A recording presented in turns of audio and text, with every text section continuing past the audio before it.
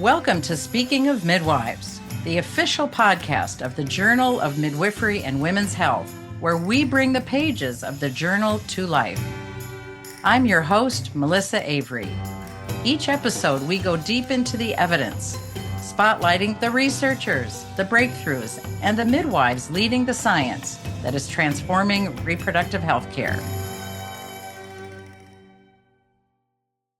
Greetings and welcome to Speaking of Midwives with the Journal of Midwifery and Women's Health. Today, we are talking with Dr. Heather Bradford, a midwife and associate professor at Georgetown University, Berkeley School of Nursing. Welcome, Heather. Thank you. Thank you so much for having me. I'm so pleased you've joined us. We're going to be talking about two articles that are published in the Journal of Midwifery and Women's Health about your research on weight bias. And so we're really excited to hear about that and to hear what you have to share with our colleagues. And I'm going to start by asking you just to share a little bit of your midwifery background with the audience. Sure. Thank you. I've been a midwife for 25 years. I was in full-time clinical practice for many years and then transitioned to academia about 8 years ago.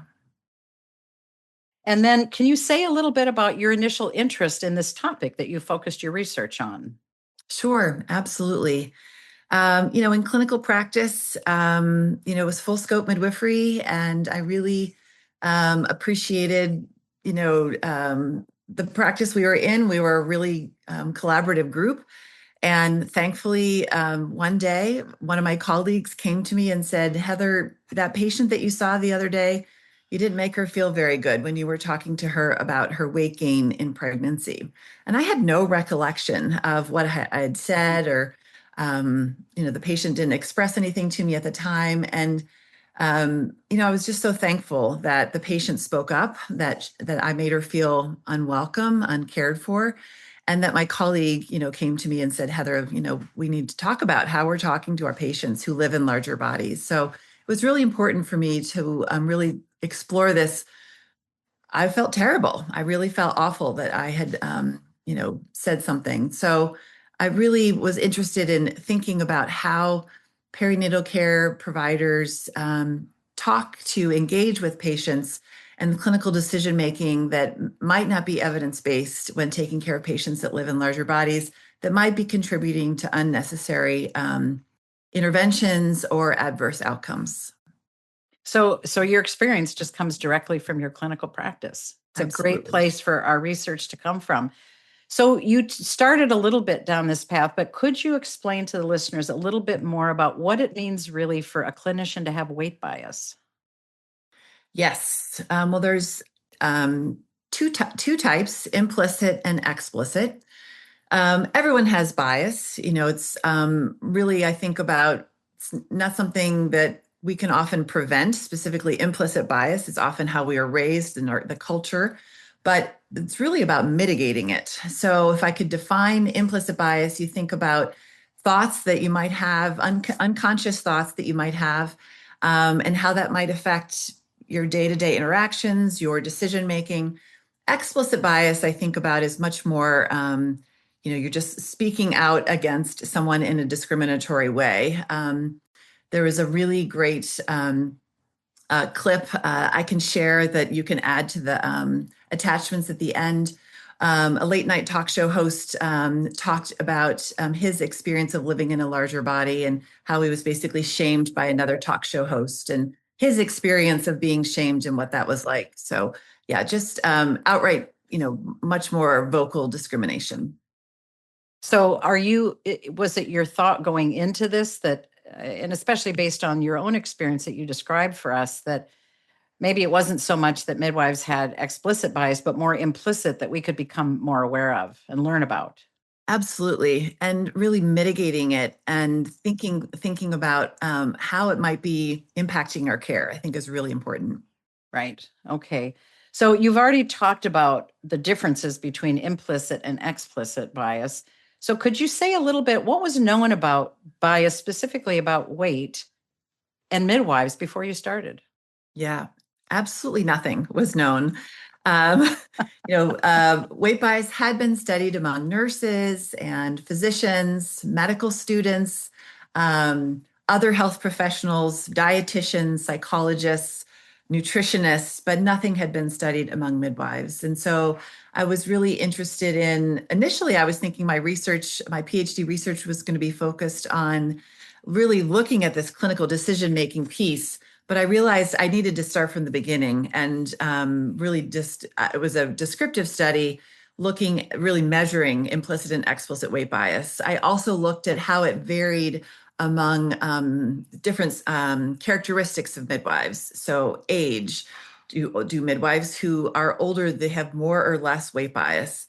The other factors I looked at was geographic, like where they're from in the United States, years of practice, race, and ethnicity. So I think that, I was really curious. You think about midwifery and, or patient-centered and, our approach to our philosophy of care. Maybe I thought maybe midwives don't have, weight bias. Every other health professional that had been studied, they all have weight bias. That had been well documented. So I was curious, how did midwives fare?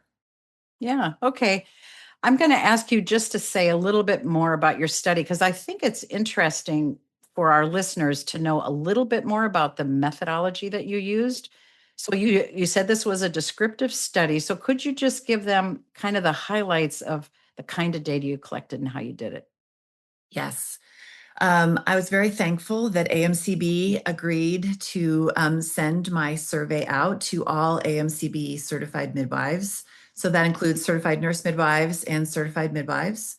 And I had a 17.7% response rate. Over 2,200 midwives completed the survey. And so basically it was sent out via email and, a series of emails were sent out. And I collected the data in REDCap and, then really looked at how we fared, both implicit and explicit. I had different measures for explicit weight bias that had been used a lot in the literature. And then you're probably familiar with the implicit association test or the IAT. It's, through the Harvard project and basically takes 8 minutes to assess whether someone has implicit weight bias using that particular tool. When you go to that website, it's free. There's like, many, many different types of bias that can be assessed, and weight bias is one of them. Yeah. Well, I do want to just take a moment and congratulate you on getting all those data because as a member, I remember receiving your messages as you were asking people to participate. It's not easy to get enough to get enough participants to have strong enough data. And it takes a long time, and your work really has resulted in some interesting findings. So let's talk about that. And I'm going to ask you about it in two parts because you wrote two different articles. So would you start by talking about what you learned about weight bias among midwives and when you looked at midwives compared to other health professionals? Absolutely. Well, no surprise, midwives do have both implicit and explicit weight bias. The implicit bias was interesting. 70% had some form of weight bias, either slight, moderate, or strong. Those are the words used in the IAT. And explicit weight bias also was prevalent, and that was across the varying tools that I used. So it didn't matter, how that was measured. And, it was interesting. I really was curious how we compared to other health professionals. As I mentioned, there had been research done among physicians, and there was a pretty large study done. And so I looked at actually female physicians versus male physicians. Not surprising, perhaps, that men tend to have higher expectations around body size, so higher levels of weight bias among men compared to women as a whole, not within healthcare. And so I was interested in looking at, how did our weight bias compare to physicians? And interestingly, our implicit weight bias among midwives was the same as female physicians. Oh, So, interesting. yes. And so I think that, Basically, it just says that we all have some work to do, me included. I think that it's really just an awareness and an opportunity for self-reflection, I think is really one of the key messages. So then you went on and did some more study from there, as you have explained. Can you say a little bit about what you learned about bias among midwives compared to those other variables that you looked at it along with? Yes. Interestingly, midwives who were younger had less weight bias. So I think about perhaps more awareness. Um, I could use the word woke, more thinking about how our culture has shifted perhaps slightly. Higher rates of weight bias in the South, perhaps in areas where there are more higher number of patients that we're caring for that live in larger bodies. If you think about the U.S. map and in the health of our population as a whole in the U.S. I forgot to mention, actually, I think I listed 5 variables, and I forgot to mention a sixth one, which was I looked at the BMI of the midwife. Ah, And not surprisingly, midwives who do live in larger bodies had lower levels of weight bias compared to midwives that did not. okay. So, given your research findings in both of these articles that you wrote about, what are some key recommendations that you want to give to our colleagues that are active in clinical practice? Absolutely. Well, I think probably like all PhDs, you come away with it with more questions than answers. Mhm. So I have a lot that I still want to look at. I'm actually still involved in some more research, really thinking about clinical decision making. But the message I really want to convey is one, just to stop and think about this. Really, reflection is the first step. Really, this awareness. A patient might walk into the office and see a midwife with in pregnancy, and they might be sharing that they are experiencing increased back pain. And they might be then leaving the office with the midwife saying, you need to think about what you're eating. And they didn't get any evaluation or specific care to their concern. And that's really quite common, that everything is focused on their weight, and oftentimes things are being missed.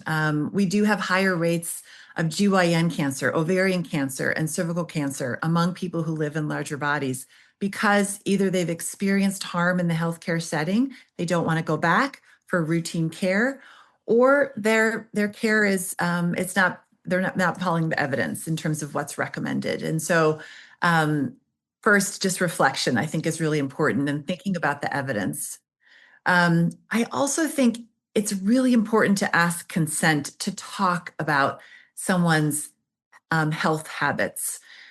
We all want to be our healthiest selves, and it's important for clinicians to not just say you need to eat less and exercise more. You have to ask consent to have that conversation, because patients who live in larger bodies, they might have been experienced this their whole lives.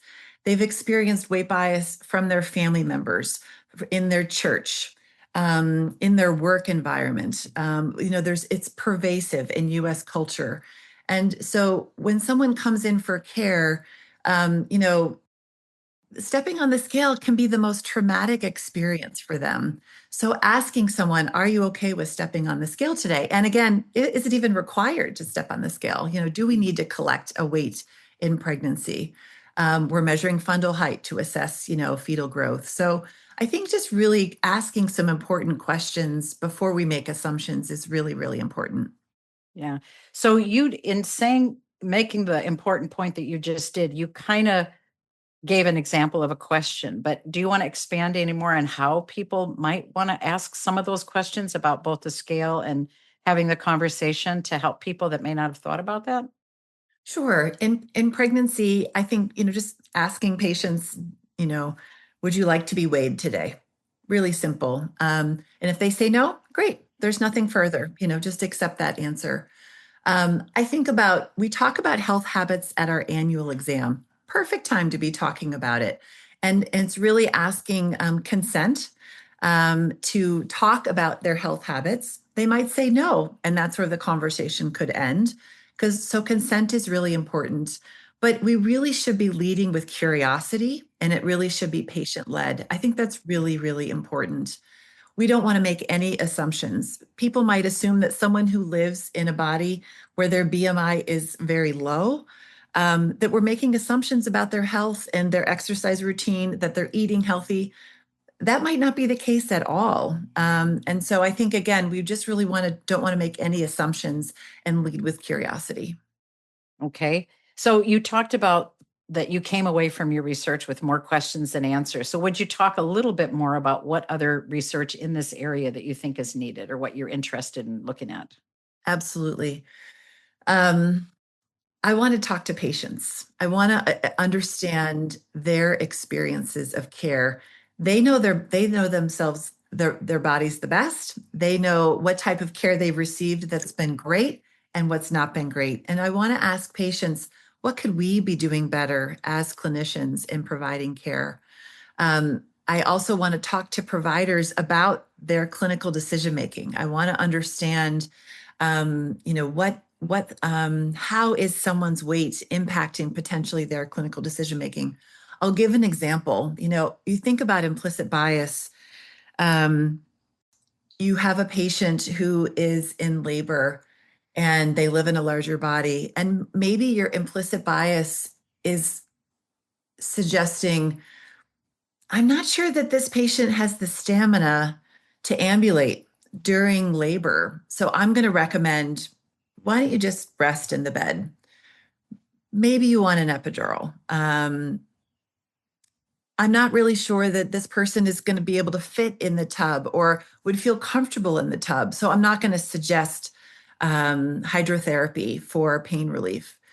We might not even be aware that our recommendations for promoting physiologic birth are altered because of our implicit weight bias that we had. So I really want to, these are my assumptions and really my basic personal experience from my care, but also what I see in the labor and delivery setting at the hospital that I practiced at. But I want to understand that more because very little has been studied in weight bias in perinatal care. There has been some research that's been done, but it's really quite limited. Okay. Well, wow. Thank you for that. Those are some really great things for us all to think about in providing care. Um, you were a co-author on another article that was published in the journal with our colleague, Dr. Signe Olson, and others. And in that article, you all talked about 8 specific practices to improve our care. So could you just give us a little summary of that and kind of we'll bring that article into the conversation as well? Absolutely. It was such an honor to work with that team. Um, I've mentioned a few of them already, but reflection is really the first step in really thinking about the care that we provide. Language is so, so important. Asking a patient, what language do you use to describe your body? You may have noticed in our conversation today, I have used the phrase living in a larger body. The word obesity or obese, the actual word means to eat oneself fat. And I think of it as a swear word. I know there are names of journals that have that in their title, but we don't use the word obese or obesity in any of our midwifery education curriculum at all. We talk about BMI. Yes, we need to teach our students about, this BMI, this is the recommended weight gain in pregnancy. It's going to be perhaps on your board exams. But language is so important, and using the language that the patient is using. So really mirroring that, I think, is really important. I think about our clinic policies. You come in to receive care, and you have one size blood pressure cuff in that room, and so you say, "Oh, Heather, I'm going to go get a different blood pressure cuff. This one's too small." Right? We've already harmed them just from their first few minutes of being in our space. So making sure that they feel welcome in that space. The pictures on the wall that we have, size diversity of pictures of people on the wall, the gowns, varying sizes, the chairs that they're sitting in. Do they have, restrictive armrests, or is it a comfortable space for them to be in our care? And I mentioned blood pressure cuff as well. So I think the atmosphere that they're in to help them feel welcome is really, really important. So that's one of our recommendations in that paper. I forgot to mention the magazines in the lobby, right? Who's on the cover of the magazines that they're looking at. And then I mentioned earlier, a really important one is consent. It's just asking for consent to talk about these topics. For some people, again, stepping on the scale is traumatic. They're already just, it's so hard to be in this space because of the harm that they have experienced. And so I think just really asking for consent to have these conversations is really important.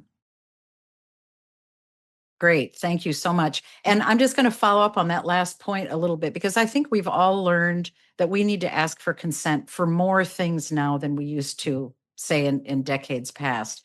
So is there a way that you typically ask that, in case that's helpful for some of our listeners, when you ask for consent to talk about weight with a patient? Sure, sure.